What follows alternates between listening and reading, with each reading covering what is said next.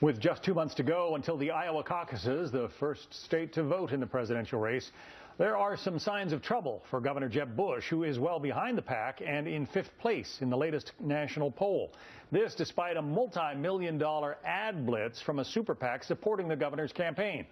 Moments ago, I sat down with Governor Bush, Republican presidential candidate and former Florida governor. I asked him if donors are worried about his poll numbers. We're making good, steady progress in the early states. We have, I think, the best organization in the 4 February states, and I'm working hard, and we're making good, steady progress. Polls are irrelevant this time of the election cycle.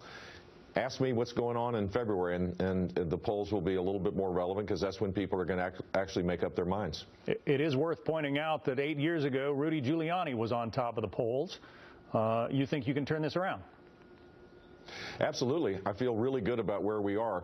As people get closer, they're going to want to know who has the leadership skills to solve these big problems and to keep us safe. And I think we've had 7 years now of an untested president who had nothing in his background that would suggest he could lead, and he hasn't. And I think they're going to look for someone who has not necessarily a Washington insider, but someone who has the practical experience to be able to make tough decisions and to stick with it. Let's take a look at the latest Quinnipiac poll. They put you at somewhere around 4 to 5%, 5% in this particular national poll, I believe it is, 4% in Iowa. And again, you're saying that these numbers are temporary, they are ephemeral, and they will change. Yeah. Absolutely, just as they always have for every election cycle. I'm really not the guy to ask about all the process stuff. I wake up each day excited about being a candidate for President of the United States to convince people that our days in the future are going to be better than what we have now. But we have to fix how we tax and regulate and fix the broken Washington, and I know how I have the skills to do that. And we also need to focus on the threats that we have in the world. The greatest threat in America is not climate change, it's ISIS and these asymmetric threats of terror that are quite dangerous for the United States of America. Probably no love lost between you and Donald Trump, but clearly he has tapped into something, call it anger, call it dissatisfaction, or whatever, that puts him at the top of the Republican heap right now. Can you do the same? I mean, what is it that Donald Trump is touching? Donald Trump's a really capable politician. He's just not qualified to be president. If you listen to him talk as it relates to ISIS or Syria, he's not a serious person. He gets his information from websites, I guess, and watches the shows on Sunday and spews out stuff that is so confusing that that at the end of the day, people are going to want to know who's going to sit behind the big desk, who can make these tough decisions, who can lead our country towards a place where we're more secure and we have a growing economy. And I think when we get to that point in the stage of the campaign, that I'm going to fare pretty well and Donald Trump won't. Do you think President Trump would be dangerous? I think he's not qualified to be commander-in-chief and leader of the free world.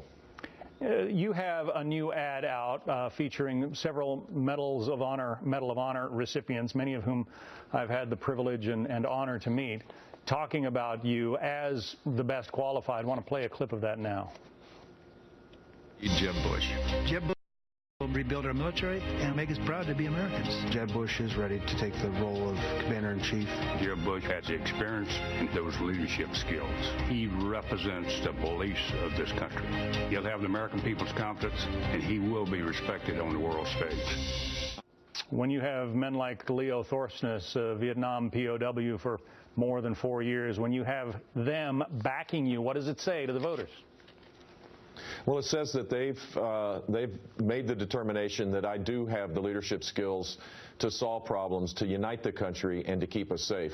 And I'm honored to have their support, along with a lot of other veterans and a lot of people that I've sought the advice of. One of the things that's important in terms of leadership is to have intellectual curiosity and the humility to know what you don't know. It is not a sign of strength to be the loudest voice on the stage just talking.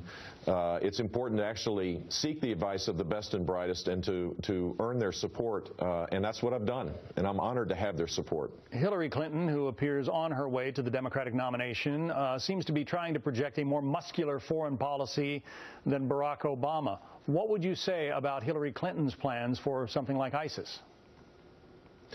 Well, I've seen she recently gave a speech, and every time she speaks about this, she modulates her views. This is all poll-driven.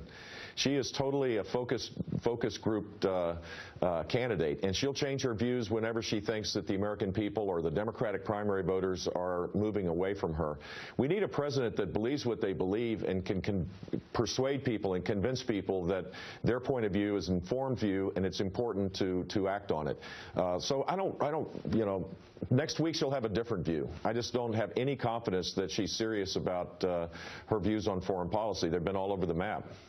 We know you want to get out and shake some more hands in Iowa. Thanks for being with us, Governor Jeb Bush. Thanks, John.